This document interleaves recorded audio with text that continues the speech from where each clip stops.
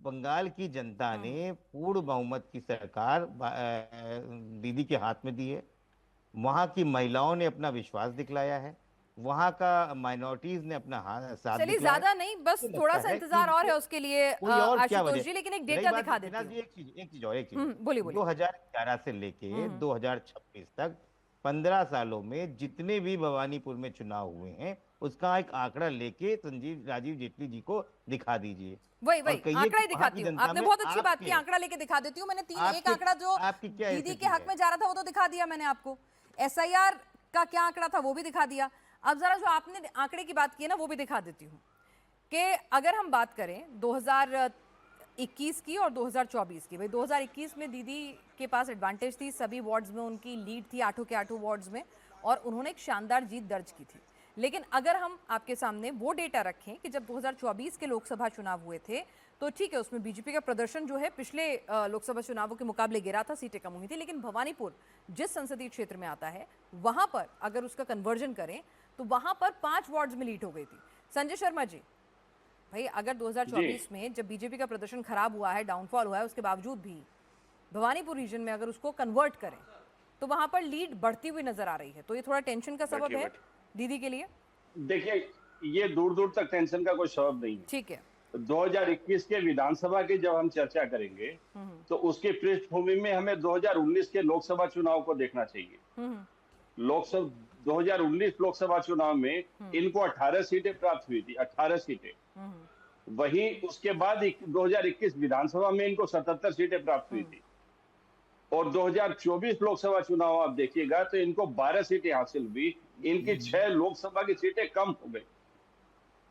अब ये जो चुनाव होने जा रहा है इस प्रोपोर्शनेट में ही इनको सीटें मिलनी है।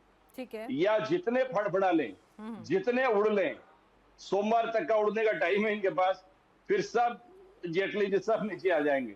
लेकिन फिर संजय शर्मा बंगाल की जी, जनता इनकी सारी संजय माफ शर्मा जी, होगी। इनके नेता तो पुचका खाते हैं, पार्टी करते हुए नजर आ रहे हैं, मंदिर जाते हुए नजर आ रहे हैं। दीदी पहरेदारी करती हुई नजर आ रही हैं, अपनी परंपरा को तोड़ती हुई नजर आ रही हैं, जो उनका ट्रेडिशन था कि भाई शाम तक नहीं निकलती थी वो बाहर, एक एक बूथ पर ऐसे घूमती नहीं थी। तो इस बार पैटर्न तो बंगाल दीदी का चुनाव बदला हुआ में नजर आ रहा है ना, तो इसीलिए दीदी के नहीं अंदाज पर सवाल उठ रहे हैं कि दीदी दीदी का को क्या हुआ। दीदी दीदी का कोई फिक्स पैटर्न नहीं है। अच्छा। दीदी हर चुनाव में अलग अलग पैटर्न के रूप में काम करती है। ठीक एक है। नंबर दो, बंगाल के इस बार बंगाल जीतने के लिए भारतीय जनता पार्टी कितनी बेकरार है आप अंदाजा लगाइए। थाने के आईसी से लेकर राज्य के डीजी तक, गांव के विलेज डेवलपमेंट ऑफिसर से लेकर चीफ सेक्रेटरी तक सब बदल दिए इन्होंने। ठीक है और भाई, तो और पूरे घर के पहली बदल बार डालूंगा, वो तो कह रहे हैं डब्ल्यूबीसीएस कि हम तो बदलाव के पहली लिए बार चुनाव इन्होंने चाहते हैं। बदल दिए। पहली बार इन्होंने बदल दिए। बदलाव के लिए चुनाव चाहना एक बात होता है और लोगों को बदल के, लोगों को हटा के, अपने लोगों को ला के षड्यंत्र करके देखिए चुनाव संजय जीतना शर्मा जी, दूसरी ये बात डिबेटेबल होती है। बात है। ठीक है, लेकिन क्योंकि जब जी आप लोग सत्ता में आते थे तो कहा जाता था छापा, सोर्स जैमिंग, बूथ जैमिंग, आप लोग ये सब करते हैं। ठीक है, आरोप दोनों पार्टियां लगाती हैं, लेकिन एक बात तो आप भी मानेंगे ये ना संजय सुनिए जी कि ह्यूज सुनिए वोटर लोकसभा टर्नआउट हुआ है ना। अब अगर आज आपके आरोप सच्चे हैं ह्यूज तो पिछली वोटर बार इनके आरोप सच्चे थे, तो इसका कोई पैरामीटर नहीं है। मैं ये कह रही हूँ, अरे ह्यूज आपका वोटर बाहर निकला मुझको है। जवाब देने दीजिए, मुझको जवाब देने दीजिए। इस बार 12 से 13% वोट इन्होंने एसआईआर में डिलीट कर दिए। पिछले बार हमारी जो वोटिंग हुई थी total 83%, 83 point something percent voting हुई थी। उसमें ये 12% जो जोड़ दीजिए तो वोटर टर्नआउट तो उतना ही है लगभग। चलिए अच्छी बात है, वोटर टर्नआउट आप कह रहे हैं उतना ही है, लेकिन हमारे लोग वोटर वोटिंग ज्यादा करते ही हैं और वोट को एक उत्सव की तरह लेते हैं।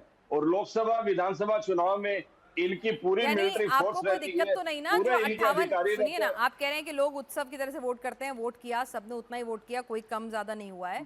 अब आप मुझे बता दीजिए कि अभी मैंने एक डेटा रखा था, दीदी का जीत हार का मार्जिन था 58,000 समथिंग, एक राउंड फिगर 58,000 ले लें, और एसआईआर में नाम कटे हैं लगभग 50,000, वो भी राउंड फिगर ही ले रही है। ठीक है, और अब वोटर टर्नआउट भी बढ़ा है पिछले बार के मुकाबले।